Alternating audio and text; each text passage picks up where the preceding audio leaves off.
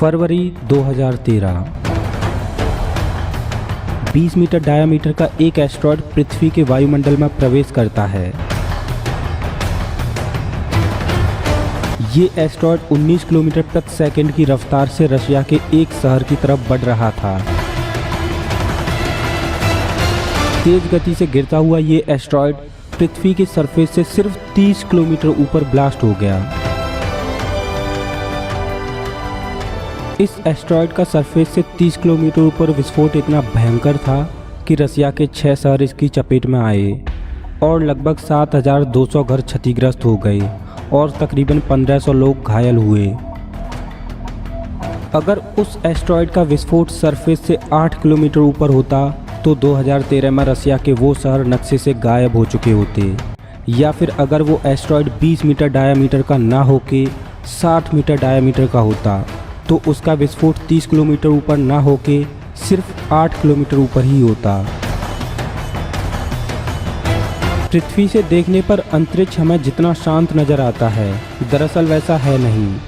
एक सेब के आकार से लेकर कई किलोमीटर लंबे चौड़े एस्टेरॉयड्स और कॉमेट्स अंतरिक्ष में घूम रहे हैं, जिनमें रोजाना हजारों की संख्या में छोटे छोटे एस्टेरॉयड्स पृथ्वी के एटमॉस्फेयर में प्रवेश करते हैं।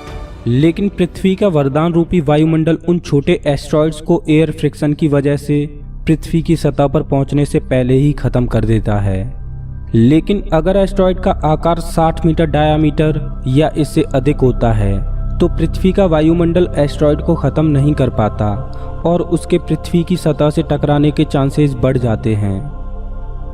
9 जनवरी 2017, जब पूरी दुनिया अपने दैनिक कार्यों में व्यस्त थी, उस समय करीब 25 से 30 मीटर का एस्टेरॉयड पृथ्वी की तरफ बढ़ रहा था। लेकिन वो एस्टेरॉयड चांद के गुरुत्वाकर्षण की वजह से पृथ्वी के वायुमंडल में प्रवेश ना करके पृथ्वी और चांद के बीच से निकल गया। अंतरिक्ष में भटकते हुए एस्टेरॉयड्स पृथ्वी से जीवन का नामो निशान मिटाने की क्षमता रखते हैं।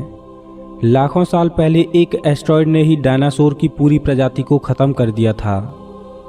हम अभी तक सुरक्षित हैं और किसी भी एस्टेरॉयड का शिकार नहीं हुए, तो इसका श्रेय जाता है बृहस्पति ग्रह को, क्योंकि बृहस्पति ग्रह का गुरुत्वाकर्षण बल इतना तीव्र है जो एस्टेरॉयड्स के पाथ को बदल देता है।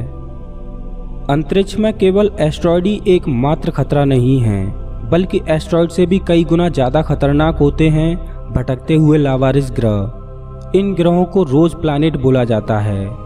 ये ग्रह लावारिस इसलिए होते हैं क्योंकि इनका कोई भी तारा नहीं होता, या यूं कहें कि ये किसी भी तारे का चक्कर नहीं लगाते। ये रोज प्लैनेट सीधे आकाशगंगा का ही चक्कर लगाते हैं या फिर आकाशगंगा में रैंडमली इधर से उधर भटकते रहते हैं। आमतौर पर रोज प्लैनेट का निर्माण 2 तरह से होता है। एक तो वो जब तारों का निर्माण हो रहा होता है तब ग्रहों का भी निर्माण होता है, उसी समय रोज प्लैनेट बन जाते हैं। और दूसरा कारण है ग्रहों का आपस में टकरा जाना। कई बार ऐसा होता है कि तारे की परिक्रमा करते हुए 2 ग्रह आपस में टकरा जाते हैं, जिस वजह से परिक्रमा करते हुए ग्रह का पाथ चेंज हो जाता है और वो ग्रह सोलर सिस्टम से बाहर निकल जाता है। अब हमारी समझ में ये बात तो आती है कि रोज प्लैनेट क्या होते हैं, लेकिन सवाल ये है कि रोज प्लैनेट एस्टेरॉयड्स और कॉमेट्स से भी ज़्यादा खतरनाक क्यों होते हैं। आइए जानते हैं। हम आकाशगंगा में किसी भी तारे को डिटेक्ट कर लेते हैं क्योंकि तारों का खुद का प्रकाश होता है, लेकिन ग्रहों का खुद का प्रकाश नहीं होता।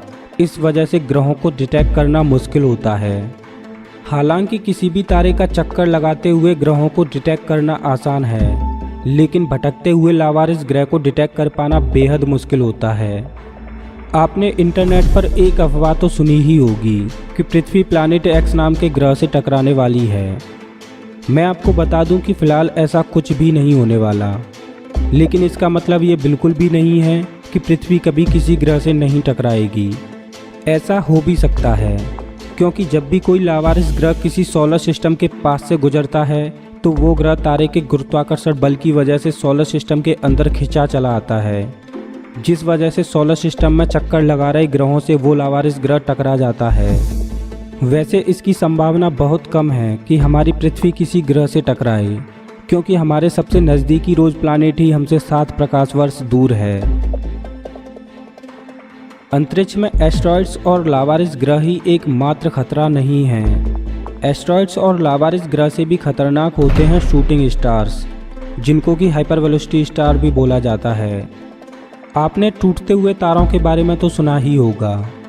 टूटते हुए तारों को देखकर लोग मन्नत यानी विश मांगते हैं। मैं आपको बता दूं, जो हम देखते हैं वो टूटते हुए तारे नहीं होते, बल्कि एस्ट्रॉइड्स और कॉमेट्स होते हैं, जो कि पृथ्वी के वायुमंडलीय फ्रिक्शन यानी घर्षण की वजह से हमें चमकते हुए दिखाई देते हैं, जिनको देखकर हम विश मांगते हैं। वैसे दुआ करना कि आप कभी टूटता हुआ तारा ना देखें, क्योंकि टूटता हुआ तारा जो तबाही मचाता है उसकी हम कल्पना भी नहीं कर सकते। टूटता हुआ तारा किस तरह से तबाही मचाता है, ये जानने से पहले हम ये जान लेते हैं कि टूटते हुए तारे का निर्माण कैसे होता है। टूटता हुआ तारा बाइनरी स्टार सिस्टम का हिस्सा होता है। बाइनरी स्टार सिस्टम में एक ही सौरमंडल में 2 तारे होते हैं और वो दोनों तारे बीच में कहीं मौजूद सेंटर ऑफ मास का चक्कर लगाते हैं। टूटते हुए तारों का निर्माण 2 तरह से होता है। पहला तो ये कि जब तारे बूढ़े हो जाते हैं यानी तारों का ईंधन खत्म हो जाता है, तब बाइनरी स्टार सिस्टम के किसी एक तारे में सुपरनोवा विस्फोट हो जाता है, जिस वजह से दूसरा तारा सौरमंडल से बाहर धकेल दिया जाता है और वो तारा हाइपर वेलोसिटी गेन कर लेता है। इस वजह से टूटते हुए तारे को हाइपर वेलोसिटी स्टार बोलते हैं। हाइपर वेलोसिटी स्टार को शूटिंग स्टार भी बोला जाता है, क्योंकि तारे की रफ्तार गोली की रफ्तार से भी तेज होती है। टूटते हुए तारे के निर्माण का दूसरा तरीका ये है कि अगर कोई बाइनरी स्टार सिस्टम किसी ब्लैक होल के नज़दीक होता है तो ब्लैक होल की ग्रेविटी की वजह से एक तारा तो ब्लैक होल के अंदर समा जाता है और दूसरा तारा तेज गति से बाहर फेंक दिया जाता है और वो हाइपर वेलोसिटी स्टार बन जाता है। आइए अब जानते हैं कि टूटता हुआ तारा किस तरह से तबाही मचाता है। एक लावारिस ग्रह या एस्ट्रॉइड तो सिर्फ एक ही ग्रह को तबाह कर सकते हैं, लेकिन टूटता हुआ तारा पूरे सौरमंडल को ही तबाह कर देता है, क्योंकि जब भी कोई टूटता हुआ तारा किसी सोलर सिस्टम के पास से गुजरता है तो उस तारे की ग्रेविटी की वजह से सोलर सिस्टम में मौजूद ग्रह सौरमंडल को छोड़ बाहर निकल जाते हैं और लावारिस ग्रह बन जाते हैं।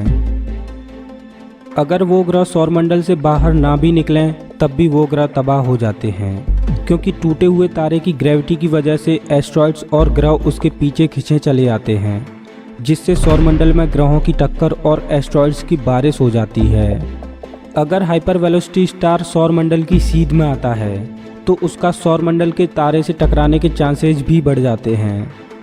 हाइपर वेलोसिटी स्टार इतने तेज होते हैं कि वो आकाशगंगा की एस्केप वेलोसिटी को पार कर आकाशगंगा से बाहर निकल जाते हैं। दोस्तों, इस एपिसोड में बस इतना ही। अगर आपको ये वीडियो पसंद आया हो तो प्लीज़ इस वीडियो को लाइक कीजिए, और अगर आप इस चैनल पर पहली बार आए हो तो ऐसे ही मज़ेदार वीडियोज़ के लिए इस चैनल को सब्सक्राइब कीजिए। मैं हूँ आपका दोस्त श्याम। फिर से मिलेंगे एक नए एपिसोड में। तब तक के लिए नमस्कार।